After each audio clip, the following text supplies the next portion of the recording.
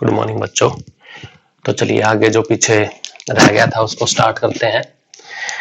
तो ये आगे जो टॉपिक है इलेक्ट्रिक पोटेंशियल से आगे का, इलेक्ट्रिक पोटेंशियल की वैल्यू निकालनी है हमें at any point due to electric dipole. एक इलेक्ट्रिक डायपोल दिया हुआ है, उसके ऊपर किसी भी पॉइंट के ऊपर, एनी पॉइंट मतलब किसी भी इक्वेटोरियल और एक्सियल नहीं, एनी टाइप की जो पॉइंट है उसके ऊपर हमें इलेक्ट्रिक फील्ड इंटेंसिटी का वैल्यू, इसका इलेक्ट्रिक पोटेंशियल का वैल्यू निकालना है। तो देखिए कैसे निकालेंगे, थोड़ा ध्यान से देखिएगा, इजी है। तो इसके लिए हम क्या करेंगे, सबसे पहले तो हमने एक डायपोल मान लिया। आप मान लीजिए कि ये आपके पास एक डायपोल है, ये इलेक्ट्रिक डायपोल, ये डायपोल। अब इलेक्ट्रिक डायपोल के अंदर हमें पता होता है कि एक साइड जो होती है ना उसको हमने ए मान लिया और दूसरी साइड को हमने क्या मान लिया, बी। अब इसके ऊपर जो चार्ज है ए के ऊपर, उसका अपोजिट चार्ज क्या है, बी, और दोनों के बीच का डिस्टेंस कितना है, 12। उसको क्या बोलते हैं, इलेक्ट्रिक डायपोल। तो यहाँ पे हमने चार्ज लेट कर लिया माइनस क्यू, और यहाँ पर हमने चार्ज लेट कर लिया प्लस का क्यू, और इसका एक मिडल पॉइंट है यहाँ, और इसको हमने ओ मान लिया। पूरा डिस्टेंस कितना होता है, 12। तो यहाँ से लेकर यहाँ तक का ये जो डिस्टेंस है ये L, और यहाँ से लेकर बाकी रिमेनिंग डिस्टेंस है ये कितना है, L। ये वाला डिस्टेंस ये L है। और एनी पॉइंट का मतलब इस डायपोल से किसी भी पॉइंट के ऊपर हमने मान लिया कि एक पॉइंट आपके पास यहाँ है, यहाँ पर है एक पॉइंट P। अब इस P पॉइंट के ऊपर आपको इलेक्ट्रिक डायपोल, P पॉइंट के ऊपर इस इलेक्ट्रिक डायपोल की वजह से इलेक्ट्रिक पोटेंशियल निकालना है।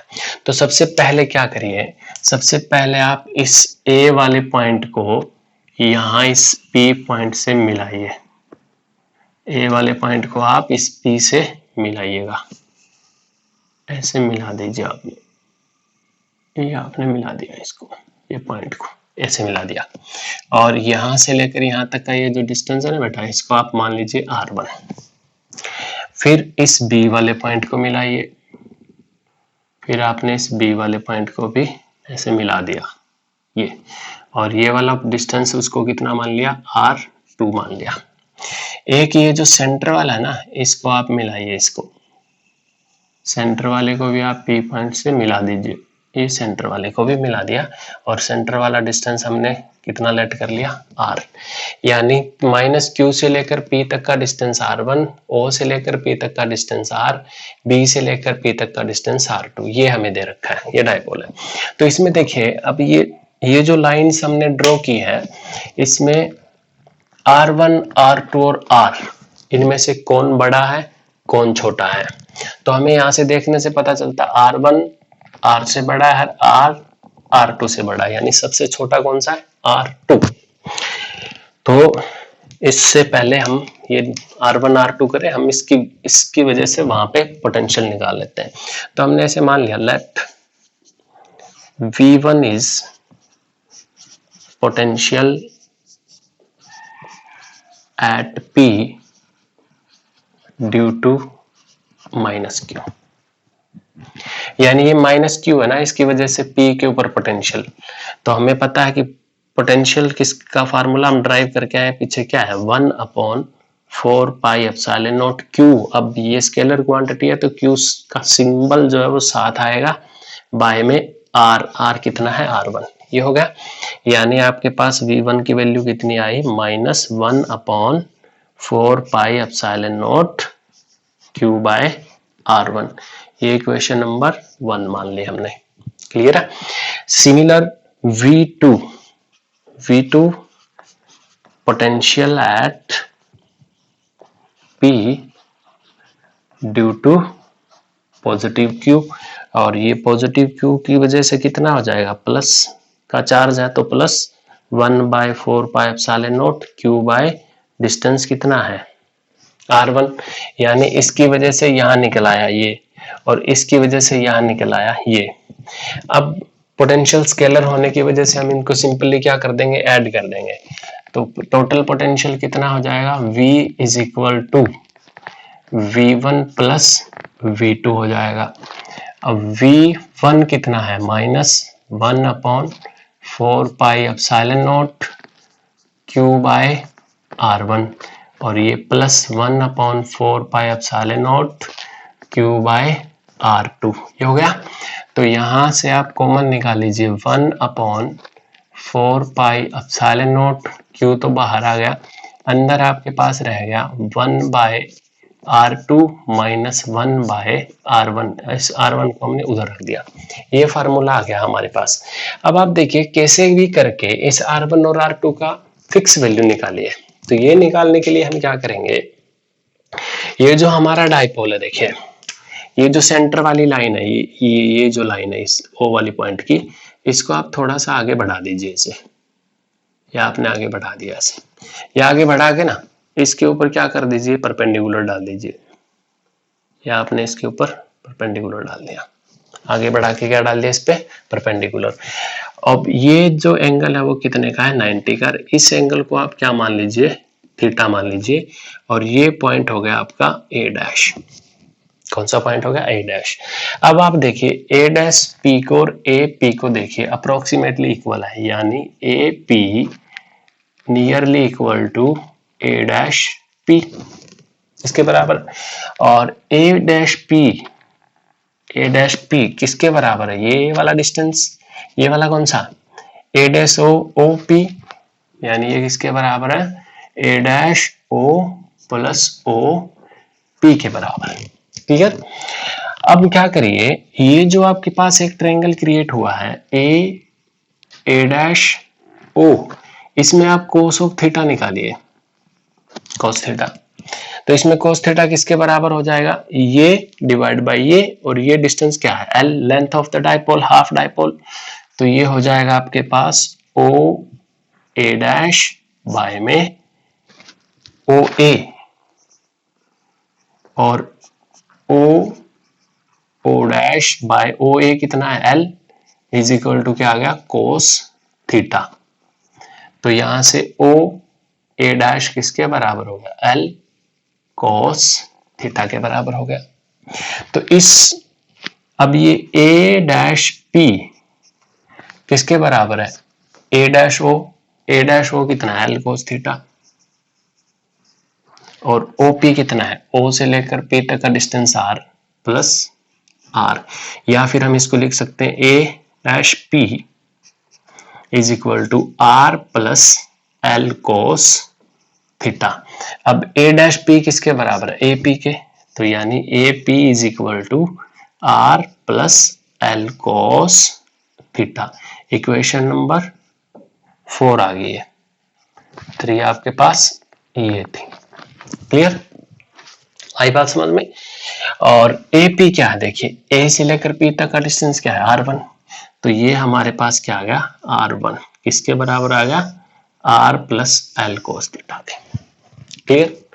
अब सिमिलर देखिए, अब ये तो इतना इंक्रीज करना पड़ा था हमें, अब ये R इससे बड़ा है, तो इक्वल करने के लिए हम क्या करेंगे, यहां पर एक ऐसे परपेंडिकुलर डाल देंगे, इस पे 90 डिग्री का एंगल बनाता हुआ ये यहां डाल दिया, और इस पॉइंट को मान लिया हमने बी डैश, ये इसके परपेंडिकुलर है 90, ये एंगल हमने क्या मान लिया, थीटा मान लिया।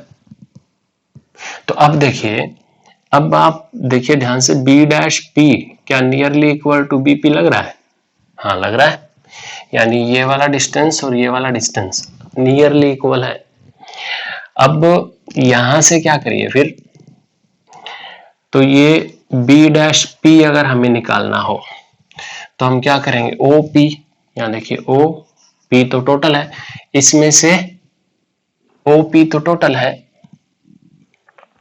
इसमें से ओ बी डैश माइनस कर दो, ओ बी डैश माइनस कर दिया, यानी इस टोटल में से इतना माइनस कर दिया, तो ये बच गया हमारे पास, समझ में आई ना। तो अब ओ पी कितना है, आर, और ये हमें निकालना है। तो ये निकालने के लिए क्या करिएगा, ये निकालने के लिए इस ट्रायंगल के अंदर, कौन से के अंदर, बी डैश बी ओ के अंदर आप क्या निकालिए, कोस थीटा। अब कोस थीटा किसके बराबर हो जाएगा, ये हो जाएगा B O dash O B के, तो बी ओ डैश ये कितना है, एल, लेंथ ऑफ डाइपोल किसके बराबर आ गया, कोस थीटा के। तो आपका O B dash is equal to क्या आ गया, एल कोस थीटा। तो ये ओ बी डैश क्या आ जाएगा, एल कॉस थीटा। ये इक्वेशन नंबर 5 आ गई। अब ये आपके पास क्या आ गई, बी डैश पी, और बी डैश पी किसके बराबर है, बी पी के, और बी पी देखिए किसके बराबर, आर टू के, यानी ये आपके पास आर टू की वैल्यू आ गई, क्या, ये वाली। क्लियर है। अब इस R1 और R2 की वैल्यूज को आप इसमें पुट कर दीजिए, यानी पुट इक्वेशन नंबर 4 एंड 5 इन 3, इसमें पुट करिए। तो इसमें जब पुट करेंगे तो देखिए आगे क्या होगा,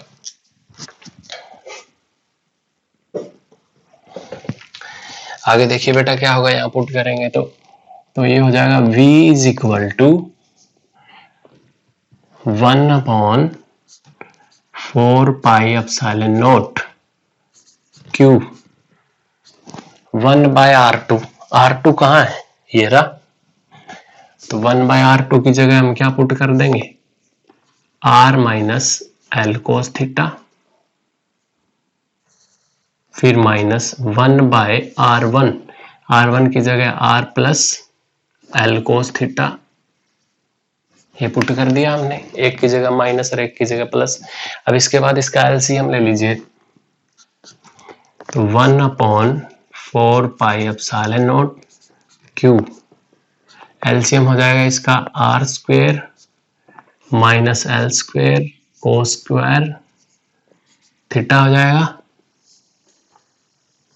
और यहां ऊपर रह जाएगा R plus L cos theta minus R minus L cos theta, ये रह गया पीछे। अब इस माइनस को जब अंदर मल्टीप्लाई करेंगे तो 1/4 पाई एप्सिलॉन नॉट क्यू, इस ओपन कर देता हूं मैं, R plus L cos theta minus R plus L cos theta divide by R square minus L square cos square theta, R से आर कैंसिल हो गया, आर से आर कैंसिल। तो अब आपके पास क्या बचा, 1/4 पाई एप्सिलॉन नॉट क्यू, ये बचा L cos theta plus L cos theta क्या होगा, 2l cos theta divide by R square minus L square cos square theta, ये हो गया। अब देखिए पीछे पड़ा था electric dipole moment Q into में 2L, तो यहाँ पर ये इसके साथ मल्टीप्लाई होगा, Q इंटू में 2L क्या होगा P, तो Q इंटू में 2L की जगह हमने क्या लिख दिया, P cos theta upon 4 pi epsilon not R square minus L square cos square theta, ये वैल्यू आ गई, ये पोटेंशियल की वैल्यू आ गई एट ए पॉइंट, ठीक है ना। अब इसके दो केसेस है, केस नंबर 1 देखिए, if theta is equal to 90, theta 90 का मतलब थीटा क्या है यहाँ, और ये 90 होगा तो ये वाली लाइन आएगी ना, ऐसे ये वाली लाइन आएगी, अगर P पॉइंट यहाँ होगा तभी 90 होगा, और इस वाली लाइन को कौन सी लाइन बोलते हैं, इक्वेटोरियल लाइन। तो थीटा 90 का मतलब कौन सी लाइन, इक्वेटोरियल लाइन। तो हमें अलग से इक्वेटोरियल लाइन पे पोटेंशियल निकालना नहीं पड़ेगा, इसी में थीटा की वैल्यू 90 पुट कर देंगे, तो V इक्वेटोरियल लाइन कोस 90 क्या हो गया, 0, कोस 90 0, यानी इक्वेटोरियल लाइन के ऊपर इलेक्ट्रिक पोटेंशियल की वैल्यू कितनी होती है, 0।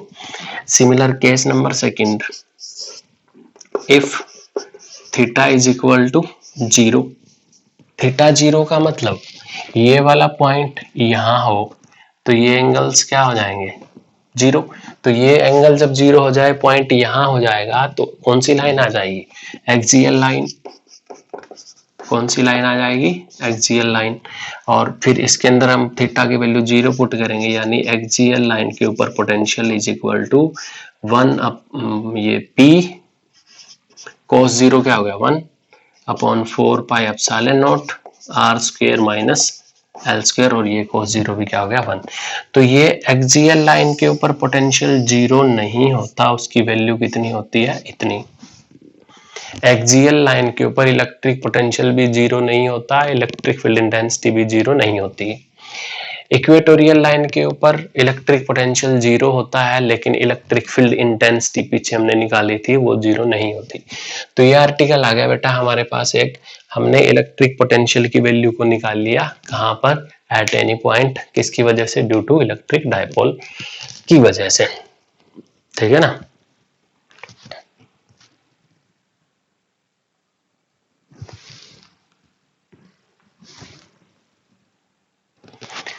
देखिए ब्रीफली मैं थोड़ा एक बार और बता देता हूं आपको।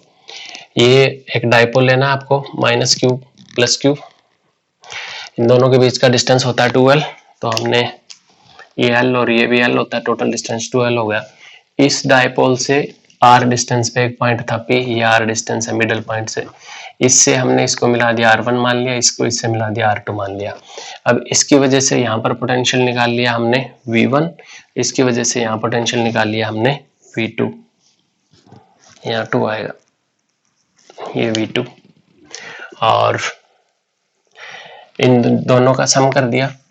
सम जब किया तो V1 की वैल्यू क्या थी, माइनस की, तो ये माइनस का R1 आ गया, बाकी सारा कॉमन था बाहर आ गया, और फिर ये छोटे ट्रायंगल एंगल हमने इसके अंदर लेट करके आगे का वैल्यू जो है वो हमने फाइंड आउट कर लिया।